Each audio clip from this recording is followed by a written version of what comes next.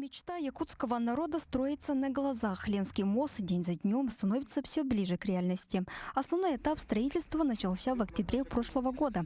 Тогда была устроена первая буронабивная свая на левом берегу. За год создана мощная производственная база на 4 технологических площадках на обоих берегах Лены. В этом году у нас появится на том берегу, на правом, еще одна такая опора. И дальше уже мы со следующего сезона пойдем устанавливать остальные опоры. Следующий сезон у нас основные события – это спуск на воду 2 кофердамов. После прохождения ледохода мы уже будем устанавливать на дно реки 2 кофердама в следующем году.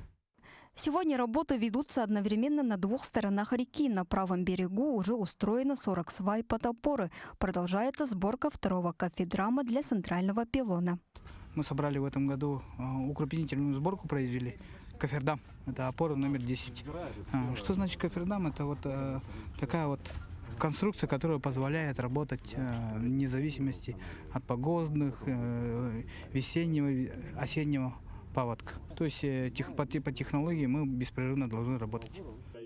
Исполнителем проекта, отвечающим за проектирование, привлечение финансирования, строительство Ленского моста, выступает группа ВИЗ. Компания является ключевым звеном, обеспечивающим реализацию всех этапов от разработки проекта до ввода объекта в эксплуатацию. Нам удается обеспечивать достаточным объемом финансирования проект. У нас вовлечены уже все 4 источника, которые изначально были. У нас есть и федеральный капитальный грант, региональный капитальный грант, есть привлеченное внебюджетное финансирование в виде банковских кредитов, и наши собственные средства тоже в проекте работают. То есть все источники вовлечены. В целом мы идем в графике.